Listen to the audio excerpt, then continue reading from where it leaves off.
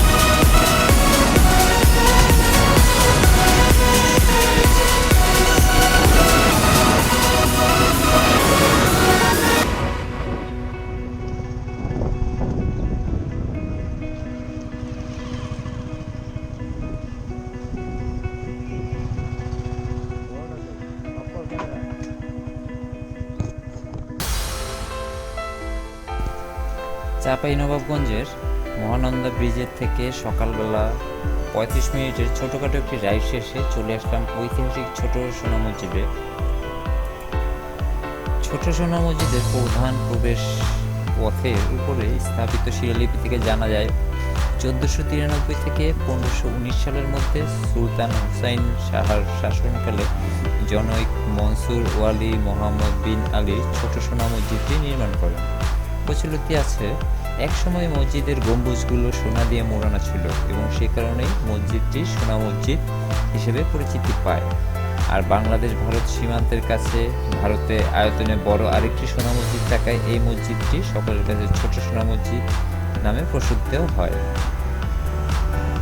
মসজিদের সামনের আঙিনা পশ্চিম থেকে পূর্বে 42 মিটার এবং দক্ষিণ থেকে উত্তরে 43.5 মিটার পর্যন্ত বিস্তৃত। সোনা মসজিদে গ্রানাইটের টালি ব্যবহৃত হয়েছে। সুলতানি স্থাপত্য শৈলীতে নির্মিত ছোট সোনা মসজিদের ইটের তৈরি 12টি গম্বুজ রয়েছে। আর মসজিদের চারপাশে দেয়াল প্রায় 6 ফুট চওড়া এবং ভিতর ও বাহিরে পাথরের টালি দিয়ে আবৃত। মসজিদের চার কোণায় 4টি 8 কোণা মিনার রয়েছে। ছোট সোনা মসজিদের পূর্বে 5টি এবং দক্ষিণের দিকে ও উত্তর দিকে 3টি করে 6টি খিলান প্রবেশ পথ রয়েছে। পূর্ব দিকের প্রবেশ পথের সোজাসুজি পশ্চিম দিকের দেয়ালে নকশাখচিত 5টি মিহরাব আছে।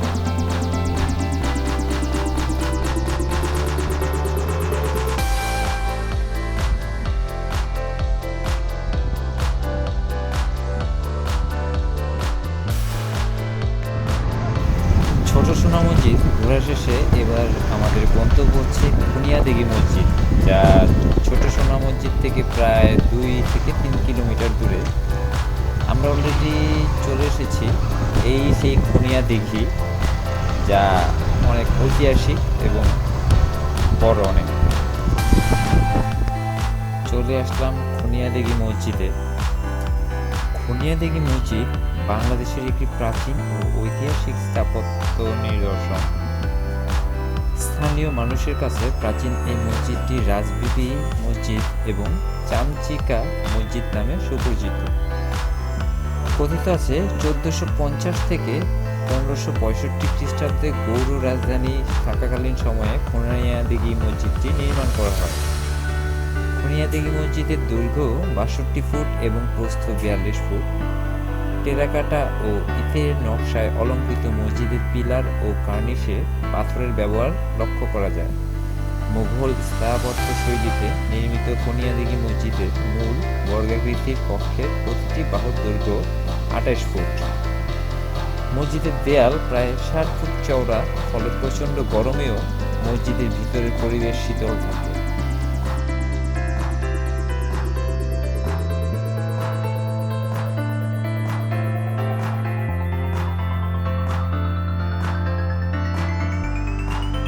মূল মসজিদের ছাদের একটি বিশালাকার গম্বুজ এবং বারান্দার ছাদে 3টি ছোট আকৃতির গম্বুজ রয়েছে। আর মসজিদের পাশে অবস্থিত বিশালাকার দিঘির নাম খুনিয়াদিঘি।